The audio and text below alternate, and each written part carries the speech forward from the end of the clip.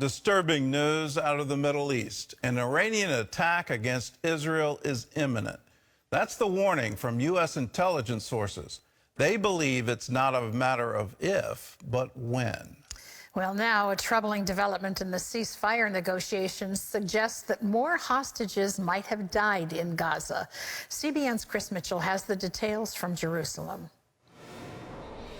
Those intelligence sources believe Iran could launch missiles or drones, maybe both, toward Israel at any moment. In a press briefing, Israeli Defense Minister Yoav Gallant told CBN News that Israel can respond quickly and decisively to an attack, regardless of where it originates in the Middle East, including Iran. Middle East expert Avi Melamed says Iran will probably direct one or more of its proxies in the region to retaliate against Israel for a strike that killed Iranian General Mohammad Zahedi in its consulate in Damascus. Melamed points out that by not attacking Israel directly, Iran is shielded from the consequences. We have to remember yet, this is a very sophisticated regime.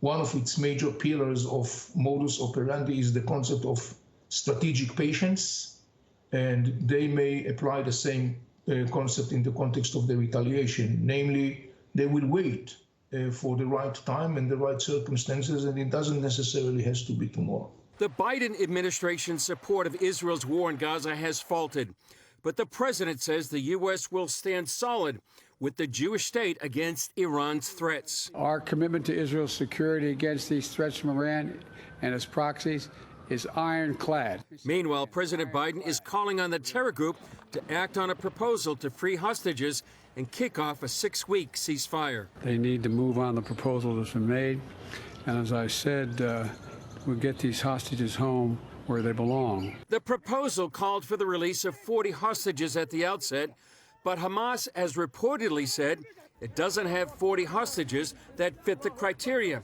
causing concerns that many more have been killed.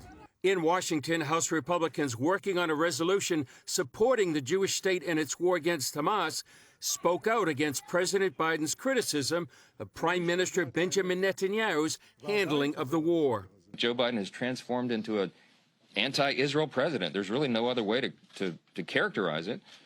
He's more concerned seemingly with placating the anti-Semitism in his base than standing with our historic and vitally important ally.